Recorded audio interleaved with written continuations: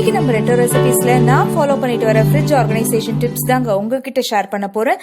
இந்த வீடியோ உங்களுக்கு பிடிச்சிருந்தா லைக் கொடுங்க, சேனலை சப்ஸ்கிரைப் பண்ணாதவங்க சப்ஸ்கிரைப் பண்ணிக்கோங்க. டபுள் டோர் ஃப்ரிட்ஜுக்கான டிப்ஸ் தான் பார்க்க போறோம். ரெஃப்ரிஜரேட்டர் நீங்க வாங்கும் போதே அவங்க என்ன வாரண்டி கொடுக்குறாங்க, என்ன டேர்ம்ஸ் அண்ட் கண்டிஷன்ஸ்ல அதை நமக்கு கொடுக்குறாங்க அப்படின்றத நீங்க அந்த மேனுவல்ல படிச்சு தெரிஞ்சுக்கோங்க. இதுலயும் பேஸ்ட் பண்ணிருப்பாங்க. ரொம்ப அதிகமாக டபுள் டோர் ரெஃப்ரிஜரேட்டர் யூஸ் பண்ணிட்டு வரவங்களுக்கான டிப்ஸ் தான் இது. அவங்களுக்கு ரொம்ப யூஸ்ஃபுல்லாக இருக்கும். நீங்கள் கன்வெர்டபிள் ஃப்ரீசர் வச்சுருந்தீங்கன்னா உங்களுக்கு எனார்மஸ் ஸ்பேஸ் இருக்கும். இருந்தாலும் கான்செப்ட் சேமாக இருக்கும். நீங்கள் பார்க்கலாம். 0 டிகிரி டெம்பரேச்சரை மெயின்டைன் பண்ணுற ஃப்ரீசர் தான் இப்போ நான் உங்களுக்கு ஓப்பன் பண்ணி காமிச்சிட்டு இருக்கேன். இதை எப்பயுமே ஒரு 80% பேக்கடாக வச்சுக்கோங்க. இந்த டெம்பரேச்சர் அடுத்தடுத்த ஷெல்ஃப்ஸ்க்கும் யூஸ்ஃபுல்லாக இருக்கும். நான் இப்போ உங்களுக்கு புஷ் பண்ணி காமிக்கிறது ஐஸ் கியூப்ஸ் ட்ரேவும் அதை கலெக்ட் பண்ணுற ட்ரேவும். நான் சாக்லேட்ஸ் இருக்கிறதுனால இப்போ நான் ஃப்ரீஸ் பண்ணியிருக்கேன். இல்லை அப்படின்னாலும் இந்த மாதிரி ஐஸ் பேக்ஸ் அதெல்லாம் பண்ணிக்கோங்க. இல்லை நீங்கள் ஐஸ்கிரீம்ஸ் இல்லை ஃபிஷ் மீட் பவுல்ட்ரி எது இருந்தாலுமே இந்த இடத்துல பேக் பண்ணி வச்சுக்கலாம். இப்போ கீழே அந்த இடம் பாருங்கள். இந்த ஸ்பேஸ் நீங்கள் மற்ற ஐட்டம்ஸ் எல்லாமே ஸ்டோர் பண்ணிக்கலாம். பட் வெண்ட் எங்கே இருக்குன்னு பார்த்துக்கோங்க. அது மறைக்கிற மாதிரி நீங்கள் பெரிய பெரிய பாக்ஸோ இல்லை கவர்ஸோ அந்த மாதிரி வைக்க வேண்டாம். நான் டெய்லி கலெக்ட் பண்ணுற பட்டரை தான் அதில் வச்சுருக்கேன். அதே மாதிரி 1-2 ஐஸ் பேக்ஸும் வச்சுருப்பேன். எப்பயாவது ஹெல்ப்ஃபுல்லாக இருக்கும். இல்லைனாலும் அது டெம்பரேச்சர் மெயின்டைன் பண்ணுறதுக்கு யூஸ்ஃபுல்லாக இருக்கும். இப்போ நான் இந்த ஃப்ரீசரோட டோரை அடுத்தது காமிக்க போகிறேன். இந்த ஃப்ரீசர் டோரோட மேல் பார்ட்டில் நான் சீரியல்ஸ் எல்லாத்தையுமே அடுக்கி வச்சுருக்கேன். யூஸ்வலாக நான் அந்த மாதிரி வைக்க மாட்டேன். பாக்ஸஸில் தான் ட்ரான்ஸ்ஃபர் பண்ணி வச்சுருப்பேன். இப்போ நீங்கள் அப்ராடில் இருக்கீங்க, மாவு அந்த மாதிரிலாமும் நீங்கள் ஃப்ரீசரில் ஸ்டோர் பண்ணணும் அப்படின்னா இந்த மாதிரி பண்ணிக்கலாம், வேறு வழி இல்லாமல் அப்படின்றத காமிக்கிறதுக்காக நான் இதை அப்படியே வச்சுருக்கேன். நீங்கள் வாங்குகிற மற்ற மளிகை சாமானும் பேக்கெட்டாக ரவை அந்த மாதிரியெல்லாம் வச்சுக்கலாம். நீங்கள் எவ்ரி மந்த் க்ராசரி வாங்குறவங்களா இருந்தால் அந்த மாதிரி நீங்கள் இதை பேக்கெட்டோடு வச்சு யூஸ் பண்ண வேண்டாம். தவிர்க்க முடியாத சூழ்நிலையில் இது பரவாயில்ல. நான் பாருங்க கீழே டோரில் சுக்கு பொடி, டீ மசாலா தூள் இதெல்லாம் வச்சுருக்கேன். நீங்கள் இன்ஸ்டன்ட் காஃபி மிக்ஸ் இல்லை டீ இது எல்லாமே கூட நீங்கள் ஃப்ரீஸ் பண்ணலாம். க்ளோஸ் பண்ணுறேன். இப்போ நான் கீழே இருக்க டோரை ஓப்பன் பண்ணுறேன். பாருங்கள் என்னடா காலியான ஃப்ரிட்ஜை காமிக்கிறாங்களேன்னு பார்க்குறீங்களா? இப்போ பாருங்கள் நம்ம ஒரு ஓவர்வியூ பார்த்துக்கலாம் என்னெல்லாம் இருக்குன்னு. இந்த ஃப்ரீசரோட வெண்ட் இந்த இடத்துல இருக்குது. ஸோ டைரெக்டாக நம்ம அந்த பால் ட்ரேக்கு தான் அந்த சில்னஸ் இருக்கும். ஸோ ரொம்ப சில்லுன்னு இருக்க இடம் இந்த கீழே பார்ட்டில் பார்த்தீங்கன்னா அந்த மில்க் ட்ரே தான். நான் பசும்பால் வாங்குறதுனால அந்த மில்க் ட்ரேல மில்க் கவர்ஸ் எதுவுமே வைக்கிறது இல்லை. நீங்கள் பால் கவர், தயிர் கவர் இதெல்லாமே உள்ளே வச்சுக்கலாம். அந்த டஃப் அண்ட் கிளாஸை நம்ம ஃபிக்ஸ் பண்ணுறதுக்கு முன்னாடி எந்த இடத்துல அந்த ஏர் ஃப்ளோவோட வெண்ட் வருதுன்னு பார்த்துக்கோங்க.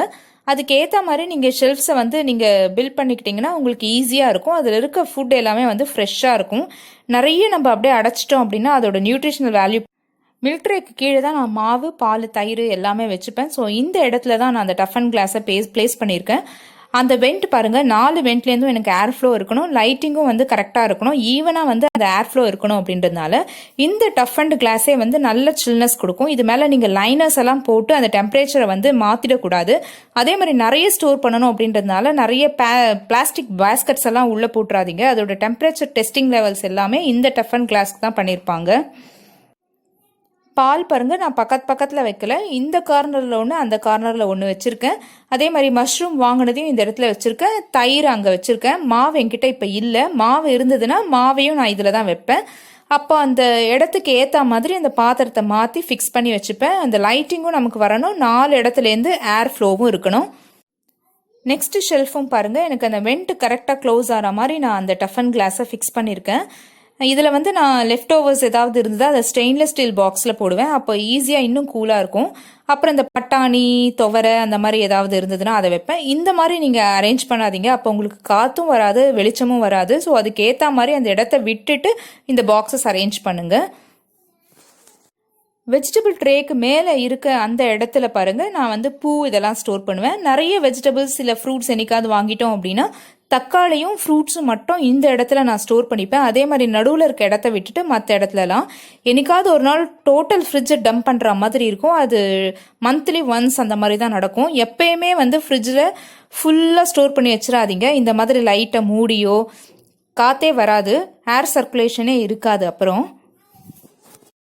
இப்போ நான் அந்த வெஜிடபிள் ட்ரேவை புல் பண்ணி காமிக்கிறேன் பாருங்கள். இது புல் பண்ணி புஷ் பண்ணலாம். மேக்ஸிமம் கெப்பாசிட்டி வரைக்கும் வெஜிடபிள்ஸ் ஸ்டோர் பண்ணாதீங்க. இது உள்ளேயும் காற்று போகணும். இதுலேயே 7 days ஃப்ரெஷ்ஷாக இருக்கும் அப்படின்னு போட்டிருக்காங்க. ஸோ அவ்வளோதான் நம்மளால் மெயின்டைன் பண்ண முடியும். இந்த வெஜிடபிள்ஸ் எல்லாமே நான் இந்த மாதிரி ஒரு மெஷ் பேக்கில் தான் போட்டிருக்கேன். நான் சொன்ன மாதிரி பாருங்கள், தக்காளி அதிகமாக வாங்கிட்டேன் அன்றைக்கி நான் மேலே இதை எடுத்து வச்சுருவேன். அப்பவும் வந்து அந்த வெண்ட்டு மூடுற மாதிரி வைக்காதீங்க. ஃப்ரூட்ஸ் வந்து நீங்கள் 1 or 2 kgs வாங்கிட்டீங்கன்னா நம்ம வெளியவே வச்சுருக்க முடியாது. அப்போ அதையும் வந்து இந்த வெஜிடபிள் ட்ரேக்கு மேலே வைக்கணும். வெஜிடபிள் ட்ரேவோடையே உள்ளே போட்டு வச்சிட வேண்டாம். நான் இப்போ இதை உள்ளே வச்சிடலை, எனக்கு காலியாக இருக்கிறதுனால. இப்போ நீங்கள் பார்க்குறது ஃப்ரிட்ஜோட டோரு. இது டோரோட கீழே வந்து நான் இந்த ஊறுகாய் வெரைட்டிஸ் எல்லாமே வச்சுருப்பேன். அதே மாதிரி மேலே வந்து சாஸ் எல்லாம் வச்சுருப்பேன். நான் சோயா சாஸ், சம் எசன்ஸ் தான் யூஸ் பண்ணுவேன். என்னைக்காவது டொமேட்டோ கெச்சப் சாஸ் வாங்கினா அதையும் யூஸ் பண்ணுவேன். இது எல்லாமே வந்து இந்த இடத்துல ஸ்டோர் பண்ணி வச்சுக்கலாம். 1 or 2 வாட்டர் பாட்டில்ஸும் நீங்கள் வச்சுருங்க. பவர் ஃபெயிலியர் போது அந்த வாட்டர் பாட்டிலில் இருக்க அந்த கூலிங் டெம்பரேச்சர் வந்து உங்களுக்கு அந்த டோர் முழுக்க டெம்பரேச்சர் வந்து மெயின்டைன் பண்ணுறதுக்கு ஹெல்ப்ஃபுல்லாக இருக்கும். எங்களுக்கு 24 hours பேக்கப் இருக்குன்றதுனால வைக்கலை. இப்போ பாருங்கள், இந்த எக் ட்ரேவை நான் வந்து லெமன் இல்லைனா ரொம்ப பழுத்த தக்காளி இதெல்லாம் வச்சுக்கிறதுக்கு யூஸ் பண்ணிப்பேன். சம்டைம்ஸ் வந்து அதிகமாக ஆரஞ்சஸ் வாங்கினா இந்த இடத்துல நான் வச்சுப்பேன். கருவேப்பிலை இதெல்லாம் கூட இது வார்ம் டெம்பரேச்சர்ன்றதுனால இங்கே வச்சோம்னா இந்த மாதிரி ஆகிடும். பால் ட்ரேயில் நான் பால் வைக்கிறது இல்லைன்னு சொன்னேன். அதனால் அதில் வந்து கொத்தமல்லி, கருவேப்பிலை, புதினா இது எல்லாத்தையுமே வந்து ஆஞ்சி அதில் வச்சுருப்பேன். சம்டைம்ஸ் பேக்கெட் பால் வாங்கினோம்னா அப்போ இந்த பாக்ஸஸ்லாம் எடுத்து நான் வெளியே வச்சுருவேன். ஏன்னா ரெண்டுத்தோட டெம்பரேச்சர் மெயின்டெனன்ஸும் வேறு ஒன்றா வைக்க முடியாது. அந்தந்த ட்ரேயில் அதை நீங்கள் வச்சிங்கன்னா இந்த ரெஃப்ரிஜரேட்டர் முழுக்க உங்களுக்கு ஈவனாக வந்து டெம்பரேச்சர் இருக்கும். அப்போ உங்களுக்கு எனர்ஜி கன்சம்ஷனும் வந்து கம்மியாக இருக்கும். ஃப்ரிட்ஜில் இடம் இருக்குன்றதுனால நீங்கள் அதிகமாக டம்ப் பண்ணிங்கன்னா எனர்ஜி கன்சம்ஷனும் வந்து நமக்கு அதிகமாக ஆகிடும். நீங்கள் வைக்கிற ஒவ்வொரு கண்டெய்னர்ஸ்க்கு பக்கத்தில் ஒரு 1 or 2 centimeters இடம் இருக்கணும். அப்போ தான் வந்து ஏர் ஃப்ளோ இருக்கும். ஈவனாக வந்து ஒவ்வொன்றுத்துக்கும் டெம்பரேச்சர் இருக்கும். அதையும் வந்து பார்த்துக்கோங்க. இடித்து பக்கத்தில் எல்லாத்தையும் வைக்கக்கூடாது. இது என்னைக்காவது ஒரு நாள் நடக்கும். நிறைய இருக்கும் போது வைக்கலாம். எப்பயுமே அந்த மாதிரி மெயின்டைன் பண்ண வேண்டாம்.